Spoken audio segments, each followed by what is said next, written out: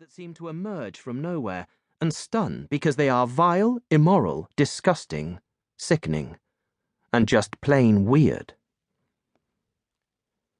The seductive question, what if? What if I was to jump in front of that bus? What if I was to punch that woman? These kinds of thoughts are more common than most people realize. Ask around. A friend of mine has a need to check the toilet bowl for rats before he sits.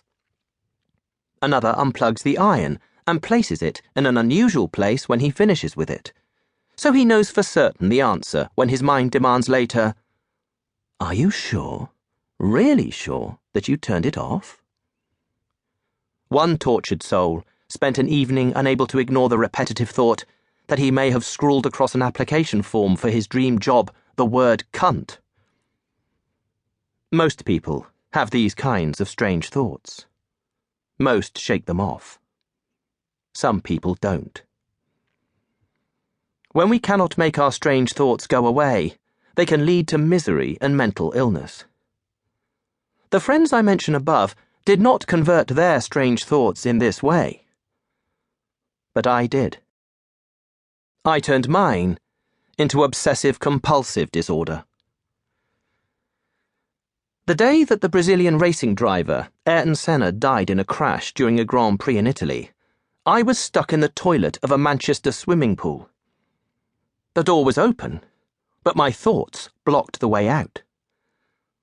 It was May 1994. I was 22 and hungry. After swimming a few lengths of the pool, I lifted myself from the water and headed for the locker rooms. Down the steps. 1, 2, 3. Ouch! I had scraped the back of my heel down the sharp edge of the final step. It left a small graze, through which blood bulged into a blob that hung from my broken skin. I transferred the drop to my finger, and a second swelled to take its place. I pulled a paper towel from above the sink to press to my wet heel. The blood on my finger ran with the water as it dripped down my arm. My eyes, of course, followed the blood. And the anxiety, of course, rushed back, ahead even of the memory. My shoulders sagged. My stomach tightened.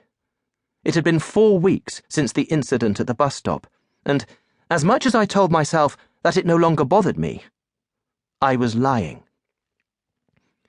I had pricked my finger on a screw that stuck out from the bus shelter's corrugated metal. It was a busy Saturday afternoon, and there had been lots of people around. Any one of them, I thought, could easily have injured themselves in the way I had. What if one had been HIV positive? They could have left infected blood on the screw, which then pierced my skin. That would put the virus into my bloodstream.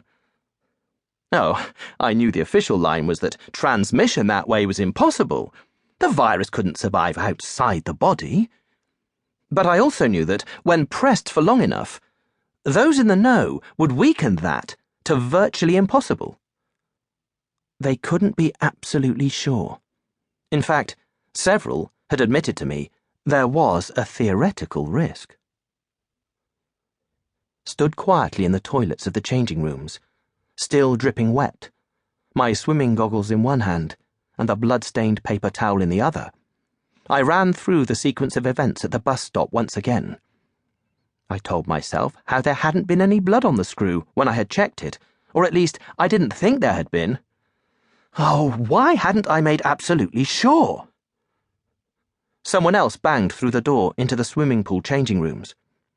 They whistled. I looked at my finger. Wait a minute. What the hell had I done? I had put a paper towel on a fresh cut. Oh, Jesus Christ. There could have been anything on that paper towel, you stupid bastard! I looked at the paper towel, now soggy. There is blood on it. Well, of course, it's my blood. How can you be sure? Someone with AIDS and a bleeding hand could have touched it before me. Oh, Jesus! I threw it into the bin, pulled a second from the dispenser and inspected it. No blood.